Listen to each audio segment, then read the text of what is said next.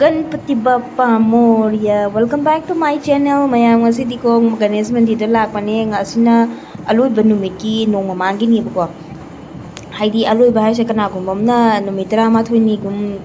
latnai ado kanagumba amna numit 3 ni kanagumba amna numit 4 ni adumai tawebko. Akoigi asikina unit ki anga keno oiduneba unit ki tarapta unit da di mandir Ganesh puja tawba adu mafamduga lae ado sesiga su manasiga thangnana ko asum side ta leisina Ganesh Mandir oiduneba muti thamime ba ado asina thangna bada thamisina asina karino khangde yam phajana sana leirame ching ka tawraga na sam phajana maong ji ko ado mayam da su dum jenga ninga jenga lakpani jengo mayam phajadra jengo ado ngasi se hayeng khada gada badiki nong mang oiduni ba ko ado dum khuram thosi haidana lakpane ado sida leire Ganesh ki Ganeshe ado se leire mandir se phajana sana thamme ba ko mogi temple se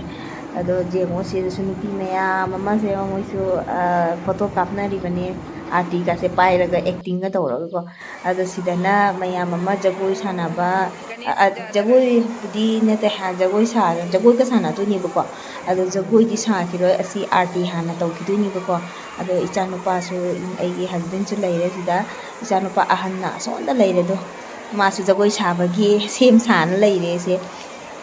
ichanupa se haiti ba ko ado masu saning bagi maina manak siga se leije mai mamana bani ba ko ado tawri jengo masu saboi saning bagi as aina khoina saru angang mayam sing sabani na saru to aina asi se pairaga moi marati ki tawdrane